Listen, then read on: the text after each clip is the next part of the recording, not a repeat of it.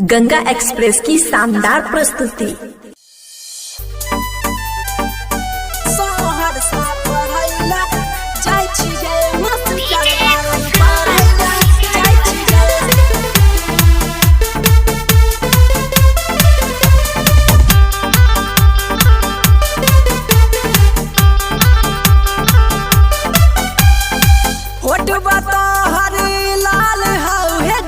हाथ में गई किताब सुन गए हर लाल है गई हाथ में गई किताब खबरिया पढ़ैला जाइ छी गे मास्टर वालन पढ़ैला जाइ छी गे खबरिया पढ़ैला जाइ छी गे हर लाल है गई हाथ में गई किताब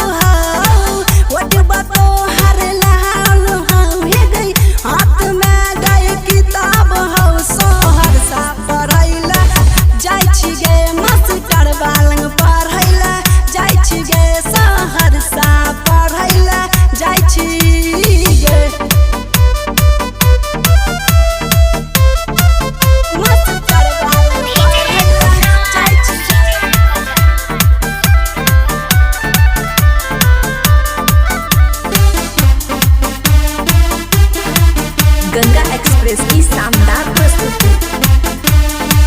तोरा चक्कर में पागल रहै छौ कोचिंग कहे छौ गे जान मारै छ होठ के लाली लगाबै छ गुलाबी गे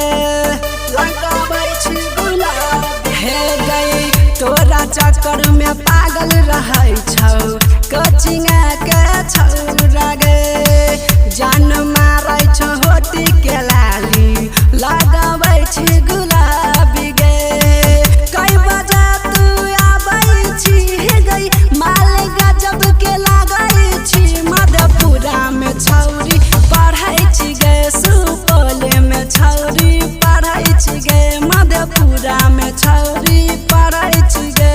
चंदन आर्यन रिकॉर्डिंग स्टूडियो बकौर सुपौल।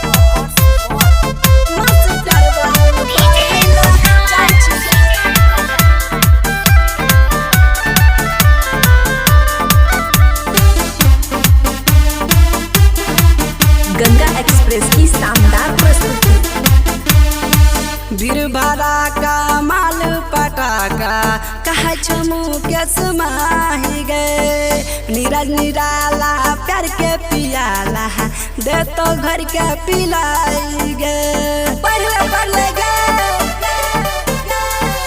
बीरबरा का माल पटाका कहे छ मुकेश माही गे